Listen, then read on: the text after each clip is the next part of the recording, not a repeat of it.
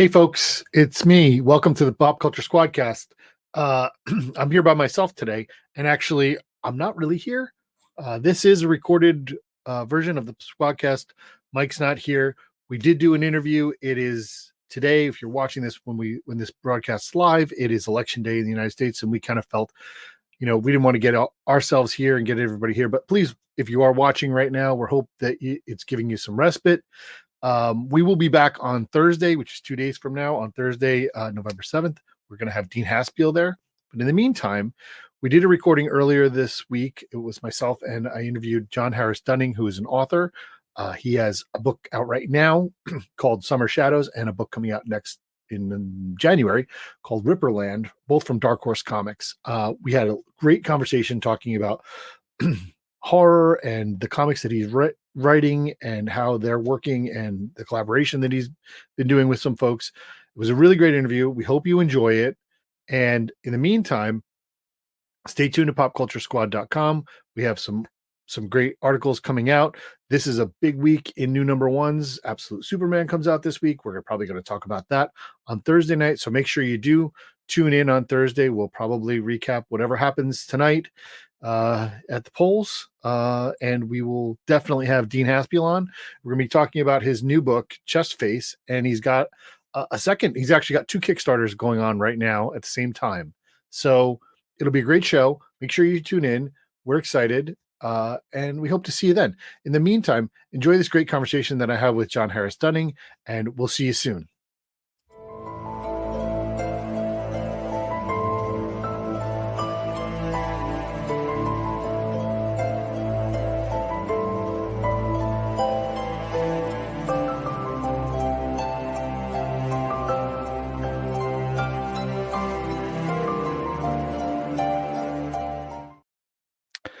Hey, John, welcome to the SquadCast. How are you? Hey, Bob. Great to be here. Thanks for having me. I'm really excited to have you. Thank you for doing this and recording this at a weird time. It's a weird time for me, so I know it's not as weird for you. But I want to talk about your work. I want to talk about the work that you've done and some of the work that's coming up. I think we should start with Summer Shadows, which is currently issue 2 has been released. Issue 3 and 4 are on their way. Yeah. From Dark Horse Comics. Yeah. Sexy vampires on the beach is the tagline for this. And I love it. I was talking to my wife earlier, and I'm like, oh, I'm gonna have John on, and he's like, he's got a book out, and it's Sexy Vampires on the Beach. Yeah. Great. But it's beautiful. I really love the book. I want to talk about it just a little bit. One of the things is I wrote some notes as I was reading it, and one of the things I noticed, it's beautiful horror. Like the art is just stunning. And I feel very lucky to collaborate with Ricardo. We did one graphic novel before this together, which was a Wiper, which is a kind of Afrofuturist story set 200 years from now in Johannesburg, in South Africa. So we collaborated on that. We had a lot of fun. We realized we worked very well together. But it was quite interesting making that change from something like cyberpunk, which we were working with there, to horror, and just to see what he could do. And I think that's what's one of the most impressive things about him. Is he's just so incredibly able to adapt to different kinds of stories. I want to just while we're talking about the art, I just want to give people a thing. I'd like to show them like kind of the first couple of pages here, because it's just something that's amazing here. I'm sorry, where did I go here? Oh yeah. Yeah, I love that opening. I want to zoom in a little bit. I don't know what happened to it, so let me grab it. Yeah, I don't know if don't know whether you've seen some of those Junji Ito books. They've just, I think Viz have just released like a whole section, like a whole bunch of them. And obviously Ito's work runs in anthology comics, and so at the beginning of each chapter, there's like a chapter heading with a sort of single image that he uses, and that's one of the inspirations that I had for this opening page here of Summer Shadows, of that landscape. Is I really like the idea of just giving Ricardo some space, just to really work with the atmosphere, get readers into the mood. I was very, very conscious of doing that. I mean, there's action, and I hope it moves. It doesn't. It's not just sort of. It's not like watching paint drying. I hope, but No, not at all. I mean, like that's the point. horses. You have that first meaningful page that we saw earlier, and then this page here, the page two, the turn. This is just a gorgeous, gorgeous drawing, Mm, and really does set the mood. Like we start, there's light on page one, and then page two, it's very dark and mm, just wonderful. And then we turn into seeing the characters. I the thing about it is just it's perfect for the genre because it's a horror. There are vampires. I'm just, if you don't know, there's vampires. yeah, So we're that's not not a bad not spoiler. hiding that, It's sexy vampires on the beach. Yeah. right?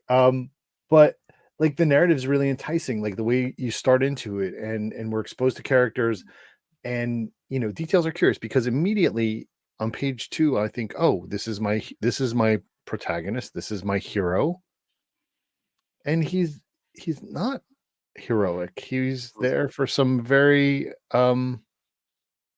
for an interesting concept. Like he's looking for someone, but like, should he be looking for him? like totally, totally. should Well, you? I agree with you, and I personally like that. I like this idea of a kind of a slightly flawed hero, and because I think we all are. I Sure. don't think I think it's quite hard to sometimes, I mean, it's to identify with like All Star Superman. I mean, I love All Star Superman, one of the best comics ever written. But I think we're all flawed. I think we all have complicated motivations, and as you say, I like this idea of somebody searching for his lost love. But as you say, is he or is he being a bit stalkery, and does this lost lover even want him to find him in the first place? Sure. That's the sort of, I'm trying to kind of pull the ground out from under you as we begin, so that you're not And you hunting. do, and You like I are. said, that's what is enticing about it, because I get to this point and I'm like, oh, okay, I know where I'm going here, and then all of a sudden, like, wait, hold on, Mm, and I stop for a second and I'm like, all right, but I'm interested, I'm intrigued, I'm there. This book is about, I started out searching for a hero, and I was finding villains and lost and sad and broken people, mm. who are interesting, and I want to know more about, and I begin to care for in certain ways. um Yeah, and and I care for them as well, and you'll see as we get on. Like I think particularly in episode issues 3 and 4, you start to see. I hadn't really thought of that before, but you're right. Like it's quite difficult sometimes to see who the heroes and villains are, because everybody's got something to recommend them. Everybody's got something that is rather unlikable about them, and I think that's quite human. And it's about yeah, just trying to see different people's perspectives, and understand what their perspectives are, maybe without judging them. And I think that's probably quite a good lesson for all of us around about now. yeah, it's one of the things that makes the medium so robust and rich with opportunity. You know, too often, uh people view comics as, a place for heroic fantasy, and that's all you get out of it. Mm, um while it's a perfect proving ground for that and mm, fertile mm. for that, Yeah. it is also a place to truly examine humanity, um and with all of its foibles and failures and successes and riches, and I think you're doing that here. It's I also just, just think I don't know what you felt, Bob, but you just mentioned to me before we started our interview that you've been to the New York Comic Con, yeah, and I was there as well, as you know, and just going to some panels, and being around James Tinian, but also lots of other creators as well. Our mutual friend Steve Orlando, who we've collaborated on a book which we'll discuss too. But you just realize there is such an incredible moment for horror comics right now. I don't know that there's ever been such a good moment. It's kind of extraordinary. I hadn't really realized properly until I went just what an amazing flowering there is.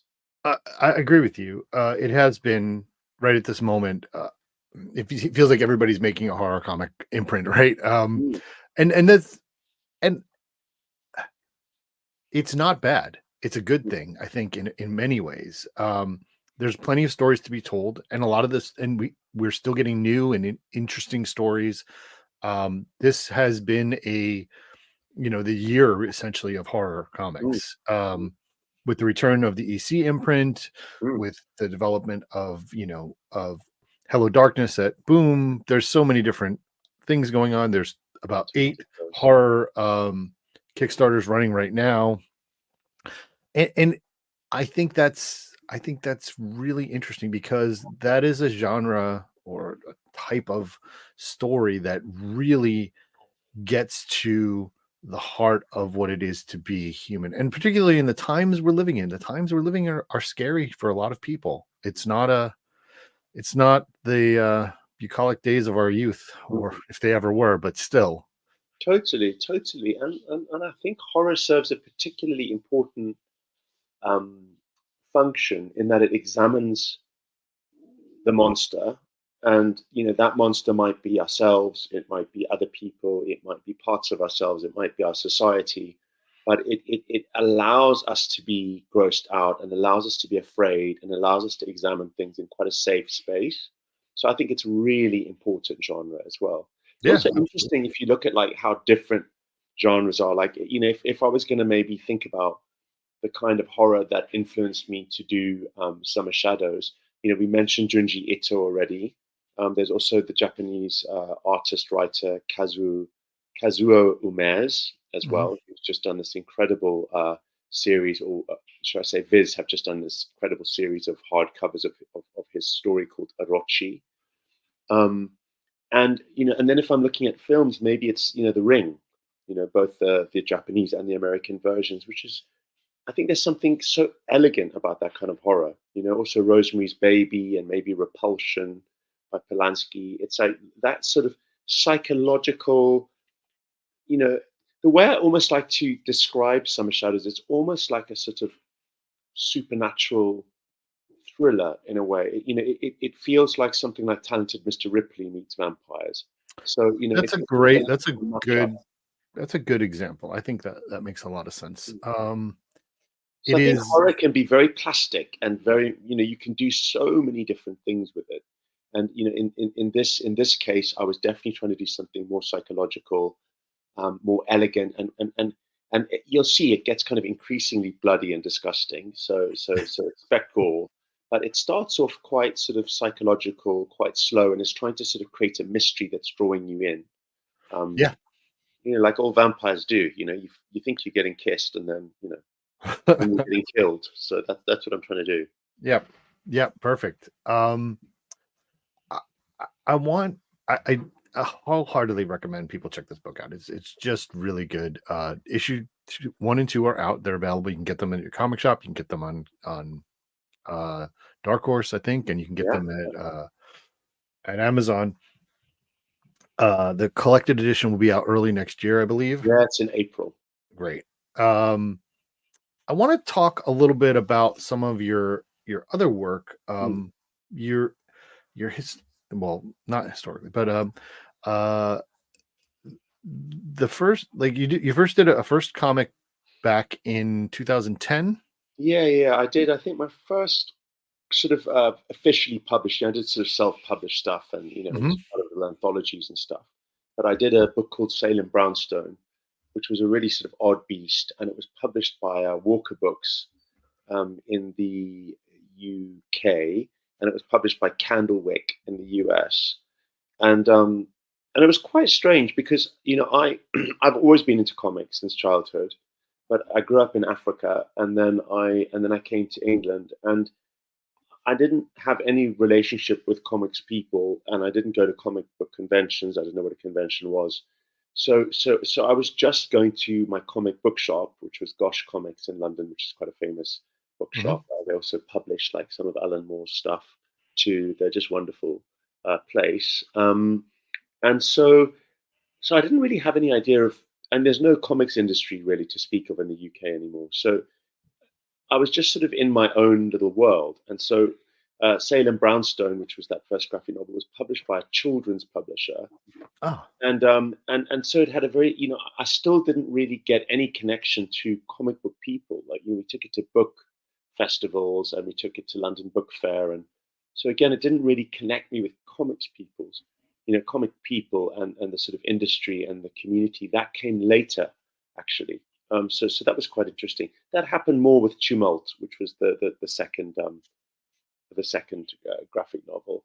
But one of the things which I did in between that was I curated and instigated this exhibition of comics at the British Library, which is the biggest exhibition of comic books that's happened in the UK, and so that was amazing. tell me about this, because I'm really interested in it. First of all, there's a book that you can get that's Yeah. available. Well, you can get secondhand, or I saw somebody, it was $100 somewhere. I saw it somewhere. It's not easy to get a hold of, but I want to get a hold of it. It's called Comics Unmasked: Art and Anarchy in the UK, and it's got Yeah. this great Jimmy Hewlett cover. Yeah. Um, I mean, the show itself. I mean, we had. I sat and interviewed Neil Gaiman and Tori Amos together for the first time in public. wow. We had Crumb, we had Spiegelman, we had Hodorowski. I mean, we had everybody. It was incredible, and we had Dave McKean designed the exhibition, so he did the interior. And we had this, we had sections on, it was about anarchy and sedition. So we had sections on sex, race, gender, magic, all these different politics, all these different areas.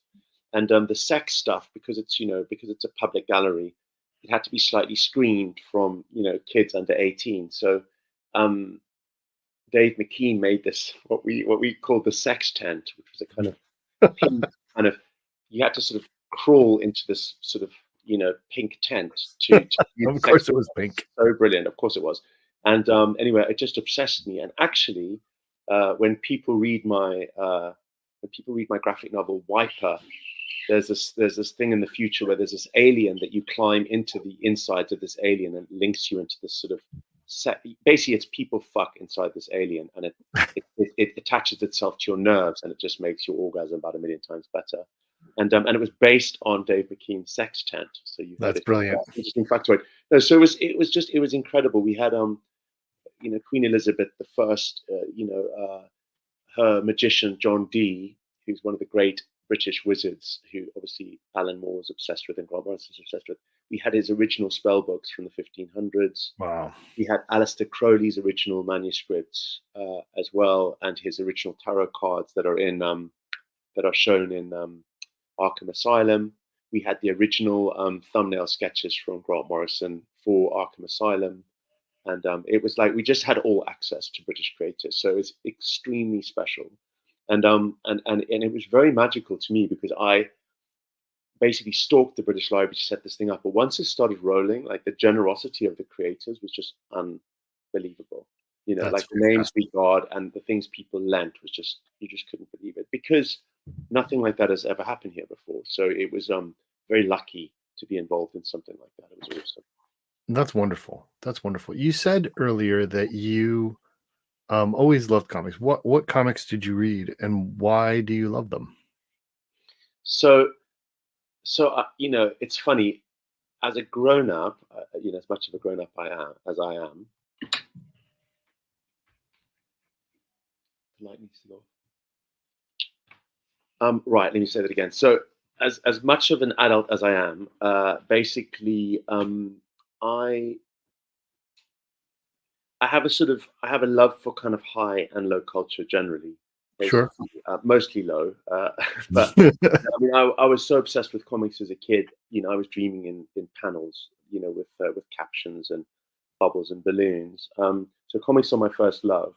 But now it's like, I'm knowledgeable about a lot of comics. If you were going to ask me what my favorite comics are, it might be skewing, towards like, some sort of classic Dan Clowes, or something like Ghost World is one of my favorite comics, or Ice Haven is incredible, and David Boring, and all of that. But the reality is, I grew up with Super Friends and loved Wonder Woman, Sure. and She-Hulk and Spider-Woman and Dazzler, and I love my superheroes as well. So I've got definitely like equal parts. I love people who've really pushed the form, and I love people who are very academic in the medium and really, and all about high art and literature. But I love my superheroes too. So, Sure. There's no one should feel some negative way about enjoying superhero storytelling. There is there's such a rich tapestry of storytelling. Some, you know, every piece of it, even the things that were, didn't do well or you think of as, they're in the quarter bins, now there's someone trying to tell a story there. They're using art and words, and art and, pictures and words tell stories. Um, some people are better at it than others, but in the end, what we were talking about earlier is that people are trying to tell human experience, yeah. and that's the method. And we need different things at different times as well. So I mean that's the other thing, which is Sure. you might need a really serious, hardcore, like hard hitting political book which really gets you thinking and really educates you, or you might need She-Hulk smashing in trucks, and who's to say Yeah. what's wrong at the time. And speaking of She-Hulk, like one of the things I always bring up as one of my favorite comics is that Charles Soule, Javier Pulido Oh, She-Hulk run, which was just I, brilliant. I Yep. come back to it so often because it's just such perfect comics. Like it's not trying to be anything it isn't. It's just an unbelievable rip roaring ride of fun, and I really love that. And then there's, I guess, stuff like Hawkeye, where you've got the sort of The- weird confluence of kind of you've got more academic comics thinking that being done in a completely sort of superhero paradigm. So there's so many cool things that happen in that space, I think. Sure. I mean, it, like I said, there's a real, if you trace, the evolution of American comics, even American superhero comics, if you just go there, there's a huge turning point in the 80s. And one of the things, and I talk about this often, but since you're here, I'm going to talk to you about it, um, is that there was the nascent, indie comics, first, and Eclipse, and Mm. they started pushing the boundaries of what we could get away with. And they, with things like Grimjack and American Flag, and John Sable. um John Sable is a perfect example. John Sable is Batman, just opposite. Mm. Mm. And Mike Grell's talked about that. Um but then DC and Marvel, to a degree, started to say, hey, well, you know what, let's take their lead. And I know that for you follow the history of who was hired where, um and let's do things. Let's get Alan Moore to do some things. Let's bring Grant Morrison over and see what they're going to do. And that allowed, American writers and artists as well to expand. And let's let Bill Sienkiewicz be Bill Sienkiewicz Oh, instead of Neil Adams. oh my God, that Right. news That was a huge seismic change huge. when Bill Sienkiewicz said, Yeah, I'm not going to be Neil Adams anymore. I'm going to be yeah. me.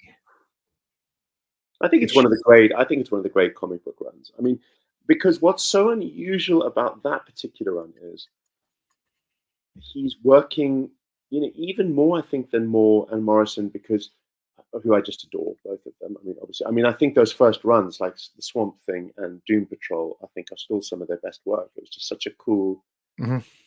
those two sort of forces hitting each other, which is so amazing. But what was cool about New Mutants was that it was actually a more traditional story. So you still Yes. got this very, very structured traditional I mean, it story. was still Chris Claremont writing it, right? That's it. And then just this absolutely wild art. And that really held it, because I think maybe if the writing had been completely crazy as well, it could have just gotten too much. But that super crisp, clear storytelling with this wild art was just absolutely perfect. I love So that period. that wild art, wild story, like that's more Doom Patrol, right? So you have, Yeah. Rich Case's art was phenomenal, Yeah. and just pushing Grant's stories there. Mm. But you're right, New Mutants was really, really great. Really great. And Frank is another one. For Frank, the both Marvel and DC, trusted him to, write things that they wouldn't have in the 70s for sure. Right. Yeah. So times had changed. And Yeah. so we've evolved even from that to where, the most acclaimed writers of today are leaning farther into darkness because they're Yeah. exploring those themes, but at the same time they're still, doing things that are exciting and can be mainstream at times, Mm. that Yeah, are not it's necessarily. very, very broad at the moment. It's a very exciting time for comics. I must say, it's very cool what I'm seeing. I mean, I one agree. of the ones that I'm friendly with Martin Morazzo, who does Ice Cream Man. And Yes. I mean, that series is just, I mean, what him and Will do is just unbelievable. Yeah. And it couldn't exist before all the things we discussed before, because it assumes that whole history to even start doing what they're doing. It's so amazing. Really, I'm so impressed by them. There's so many cool creators now. Absolutely. Yeah, we're living in a really good time. Comics are in a good spot. Mm. um I want to talk a little bit about what's to come, because we talked about Summer Shadows, but around the corner I think in January it launches is Ripperland. Yeehaw! And um, we talked to Steve earlier this year. He was on the show. He's your Yeah, co-writer, Steve Orlando, yeah. and he talked about the book a little bit. But I want you to tell us a little bit of your take on where this Oh comes God, I'm so excited for people to be able to read it. I can't bear it anymore. Um, it's from. Well, my really inbox is open. I'm just saying. good. I'll tell you what. Hopefully sooner rather than later, I'll be able to do something about that. But it's looking great. So this was sort of born from this idea of, I hadn't actually met Steve in the flesh yet, Steve Orlando, but we'd been chatting a bit, and we'd had a couple of calls together, and he'd said to me, "I really want you to come up with an idea for us to collaborate on, and I'd really love to do something, because he's a real Anglophile." And he was like, "I'd love to do something set in the UK, And I went off and I got thinking, and then I came back and I threw the ball to him, and we to and froed, and we came up with this idea of Ripperland. But it was for me born partly from a love of Victoriana and Jack the Ripper, which I'm really interested in, and I just love the Victorian period, love Sherlock Holmes, all that stuff, like everybody else. But then also, we'd gone through our sort of terrible political situation with Sure. Brexit, and leaving. We all have them. We all have them, and we all have sympathy for each other, because England was so judgmental of the US for the longest time, and then we had Brexit, and it's like, Jesus, we are equal opportunities idiots. And but this is, I'm joking, but actually me and Steve were feeling this frustration. Sure. And so this was partly what gave birth to the idea of Ripperland, because it looks Victorian. Again, this is not a plot spoiler, because you find this out right at the beginning, but it looks Victorian, but the idea of this is it's actually set 200 years in the future in the UK, and the UK has left the European Union, and also now, it's become England basically. So Ireland has left, Scotland has left, Wales has left. So there's just little England. There's no economy, there's no military capability. So they turn to their special relationship, which everyone in England keeps talking about. Nobody American knows there is a special relationship. So embarrassing. And turn to the US and ask them for their help. And the US says, "You've got nothing to offer us except history.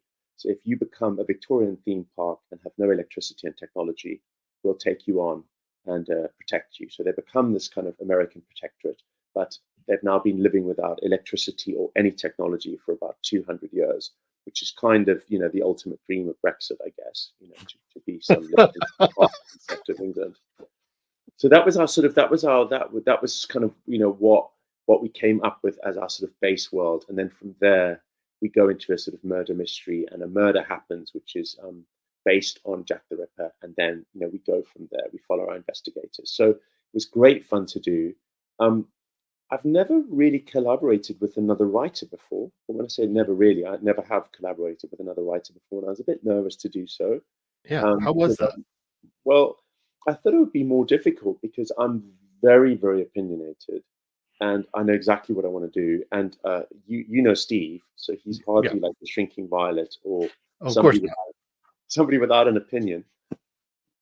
But I literally could not have had more fun working with him. And also I think what you do, I mean, I don't know whether he'd say this about me, but I know that I learned an awful lot from him working with him, because he comes up through such a rigorous school, and he's worked with, the big two, and he's a machine, he's a lean machine, and he's so focused. And I've maybe come up through a maybe more indie sort of space where, like, I can maybe overthink things and I can spend endless time on stuff. And it was just really amazing to see how lucid he is and how focused he is. And it was just an absolute pleasure working with him. And then, I'm sure it can be an absolute nightmare collaborating with somebody, but if it works well, then you are both kind of being astonished by the world that's being built, because you sort of feel like it's bigger than the sum of the parts in a funny way, if that makes sense. It just becomes something really real really quickly, and I definitely felt that it was such fun to do.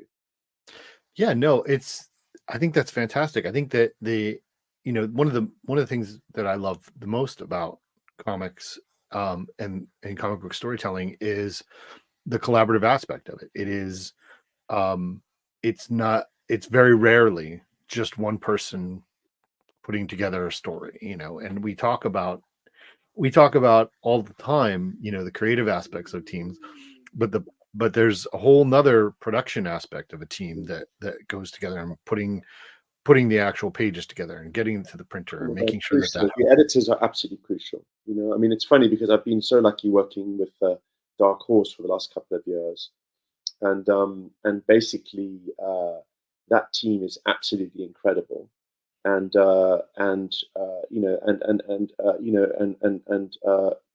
that contribution is super important, as you say. In most importantly, in making one look great. So I've worked with Brett Israel, on Wiper, right. And then on Summer Shadows and on Ripperland, I'm working with him and Tara McCarran as well there at Dark Horse, and it's very, very cool. You're right, and collaboration is fantastic. I guess for me, what is the sweet spot about comics? There's two things, because I studied film. I went to film school. I love film. I've worked in film. I know a lot of filmmakers. But for me, comics are superior to film and TV because two things. One is, as a creator, it's collaborative and there's enough people in it that you've got this energy, but it's not like film where you have literally, hundreds of people working on something. Which for me, when I was making film, I found it too much. Like, I didn't like that many people, just the noise of that, the static of that. Whereas comics is a much tighter team. So so you sort of get the collaboration, but it's a small team still, so people's voices really come through.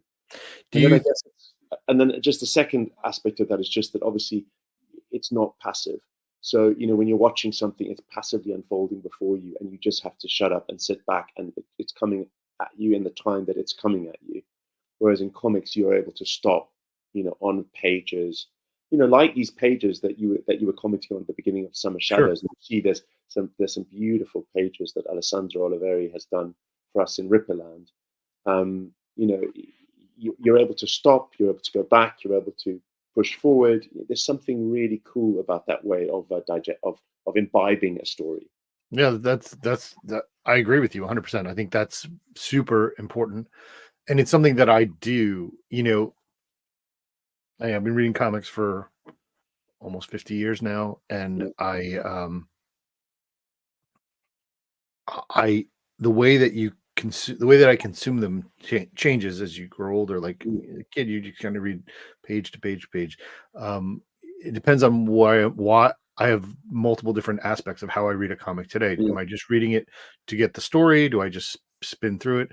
Am I reading it to absorb it? Am I am I looking for different things? And sometimes I'll stop. Sometimes it'll take me out of it for a second, and that's sometimes that's really a good thing, Mm. because like I said, even with when I was reading Summer Shadows, the first page, I was like, oh, really beautiful. Oh, look at that. And I turn the thing and I read, and I'm like, and then I get to this third, fourth page, and I'm like, wait a minute, hold on, let me stop.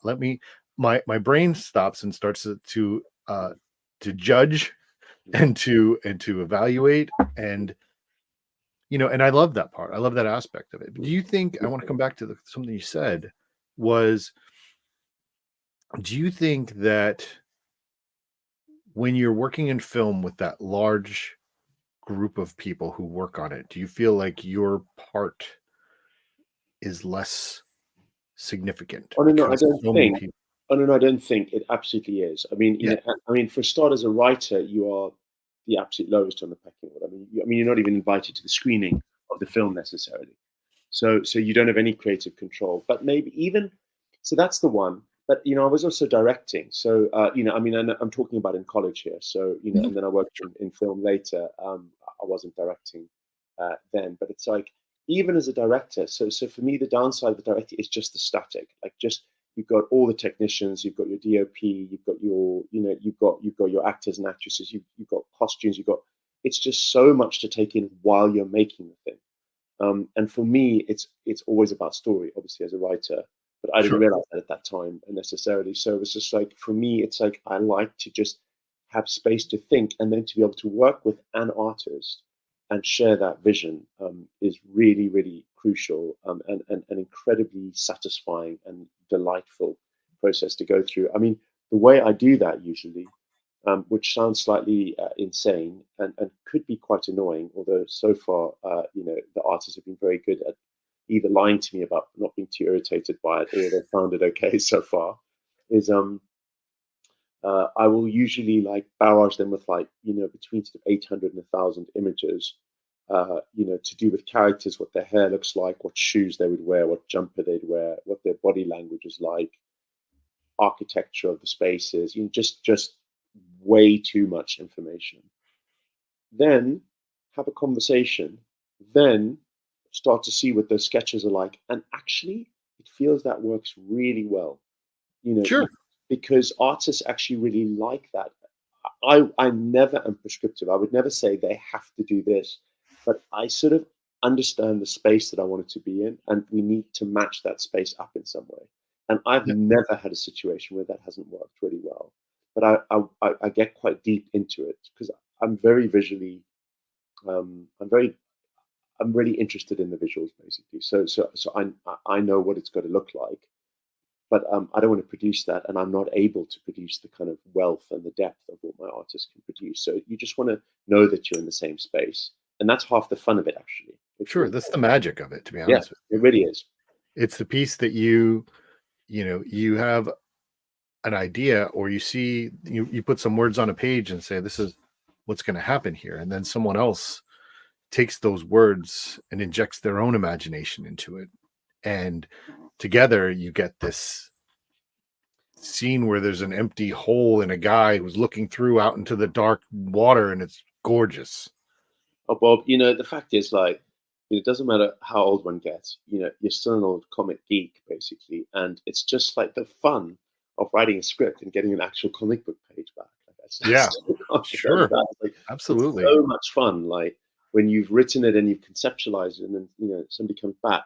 Um, One of the pages that I'm sort of discussing quite often when I'm thinking about how Ricardo works in Summer Shadows in particular is this page in the first issue Yep. where they meet on the beach. They meet the vampires for the first time on the Yep. beach. I love that And you page. see this page here where basically the panels all break down. So as they're sort of seducing one of the characters and sort of sort of ensorceling them, like sort of almost hypnotizing them like vampires do.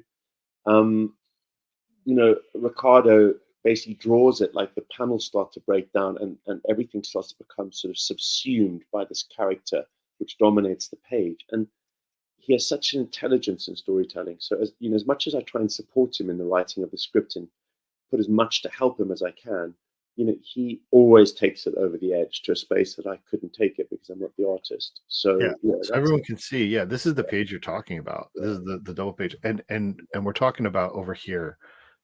This side of it. yeah, I love the fact that the heads are cut off at the top of the page. Right, yeah, everything. You're right about that. Everything kind of breaks in point. It's just it all becomes it rushes. It speeds up the timer. Right. yeah, What I love about it, even what makes this page work even more, is this page, which is the page before it, yeah, where you open up and there's a bunch of people and you see this gorgeous scene. And prior to this, it's just great pacing, because the page before this leads perfectly into this beautiful open thing, and then you turn the page again and you get into this, and this definitely speeds up the timing of what's going on, and the pace of things. And mm. it's really super well done. Oh, I'm so pleased. I'm so pleased. And it's, for me, sometimes that reading a comic is almost like a sort of sensual experience, or like, it's like eating a good meal or something. And it's to do with that, that thing, which we all know, of sort of stopping and starting, and creating silences, and and that is really, really important. And so that's one of the things I really wanted to do in Summer Shadows, because it's set on an island in the Cyclades in Greece. It's based on an island that I go to every year. I spend about 3 months of the year there, and so it's a bit of a love letter to the island. So it's also trying to get this feeling of the beauty of the islands and the sort of the landscapes and everything. So, and again, I come back to the Japanese. I come back to Ito, but also particularly Kazuo Ume's, who in his stories often will have these beautiful landscapes or visions of nature. It's so important to the Japanese. I really like to be able to incorporate that as well when I can. Yeah, I read something where you were saying how the setting is important to you. It's something that kind of your thoughts about this kind of came out of the setting. And It totally did. I mean, there's something about which is just so sort of intrinsic to us as human beings. It's like this idea of the island. Just no, like sure. it's just the island, like being on an island. There's something about the isolation of it, but the protection of it. Like it's all those kinds of things that start triggering. And there was a picture by this guy called Arnold. I'm going to forget now. Arnold Brocken, Brockin, I think, and he was somebody working in the late 19th century, and he did a series of paintings called the Isle of the Dead, and it's just like island with this boat coming up, and it's sort of implying like the Sharon coming over the river Styx, in the land of the dead kind of thing. And so I just love this idea of superimposing that on like a perfect summer island. And what would that look like? What is this kind of like melancholia and kind of gothic meets like a beach and kind of summer vibes? And so that sort of tension was playing in the back of my head a lot, and basically came together as Summer Shadows, what it says on the tin. And I think that's quite a nice kind of delicious blend. And I'm not the first person who's done it, obviously. Like somebody like Lana Del Rey on Born to Die. That album has totally got the vibe of Summer Shadows, sort of, depressed on the beach. It's got to be a good thing. Yeah, that's it. Well done. So this is the Isle of Dead that you were talking about. Yeah, it's hauntingly silent. It's hauntingly silent, and like it was super popular at the time when he painted it. And it's people put it on their wall, and you're just like wondering, well, I wonder why somebody's putting a picture of an Isle of the Dead on the wall. But there's something so intriguing about the story of it. Like you see that picture, and you Oh my immediately gosh, like, what's going on? Like what's on there's the island? thousands of stories in this picture. Yeah. So I was just like, I've got to tell one of them. So yeah, that often happens, like Sure. it's often the beginning of a story. As there'll be an image, or I'll see some sort of picture, and I'll be like, what is the story behind that? And then the rest of the process is almost unpacking that. Absolutely. Well, this has been wonderful. I appreciate the work that you're doing. Again, I'm going to tell everybody, go check out Summer Shadows.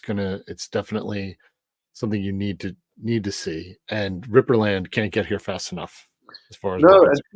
please, pre-order pre-order away because it's going to be here sooner than we think. I mean, it's out in January, and this year's going to go in a Yeah. flash, and it's really, really helpful for people to pre-order.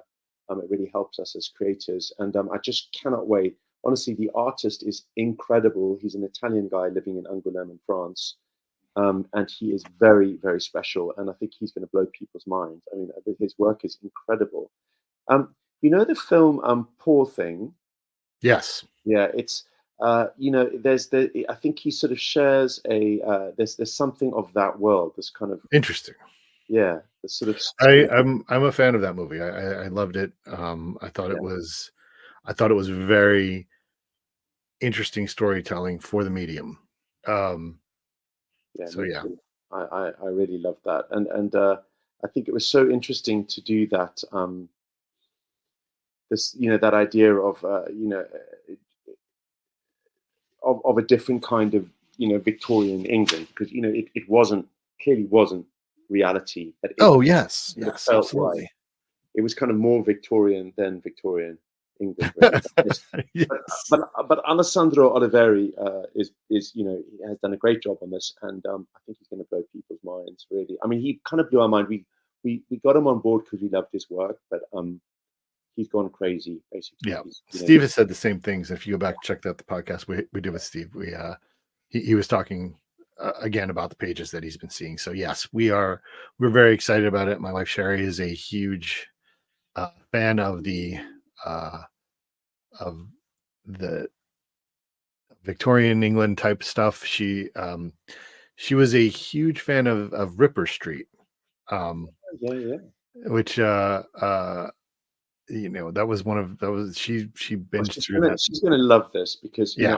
I was also like as a kid I was really interested in Jack the Ripper, and partly when I sort of ask why, obviously it's like this sort of it's the idea of the murder and whatever, but it was also like a really good lens into Victorian England and music hall, and what was the working class doing, and what were the sort of tensions politically going on, and what was set up in terms of class and all of that. So that's kind of what I'm investigating here. And of course, these things don't go away in our societies. I think as much as when you investigate, if there's something which is done in the past, and in the US's past, like often you'll see in sort of cowboy or westerns or whatever, it's inevitably commenting on the contemporary scene and on current culture. And I think you'll see that with Ripperland as well. Even more.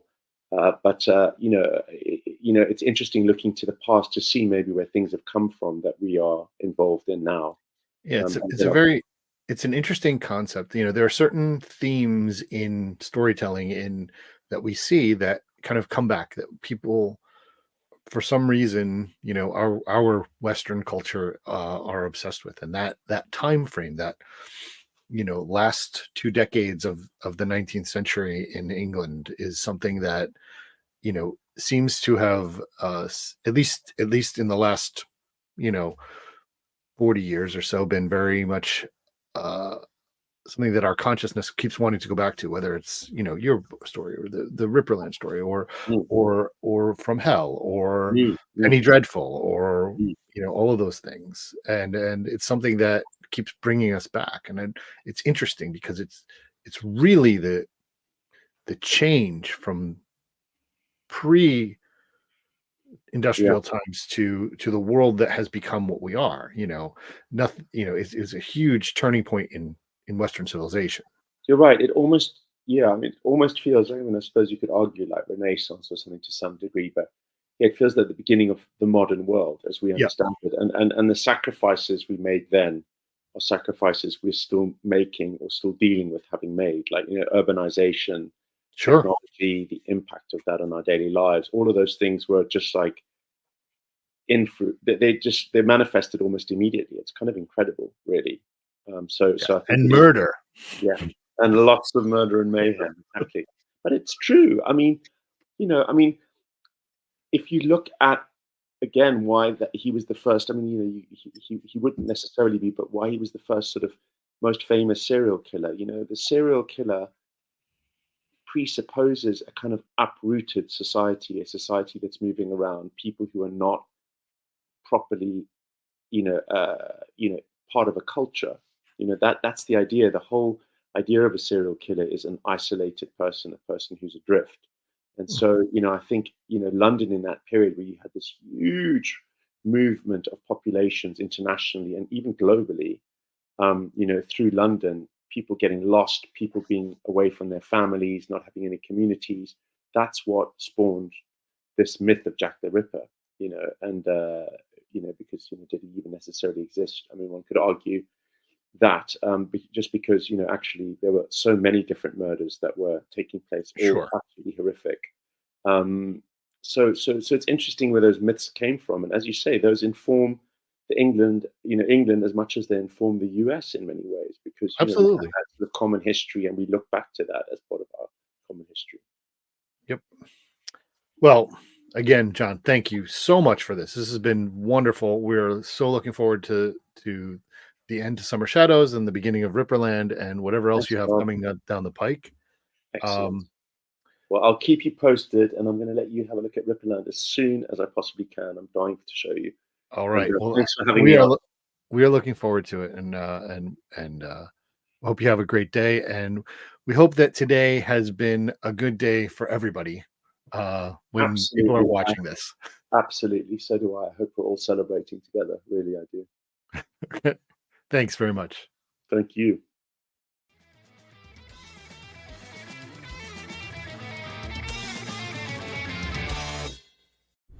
This has been a production of the Pop Culture Squad Network. PopCultureSquad.com. How do you nerd?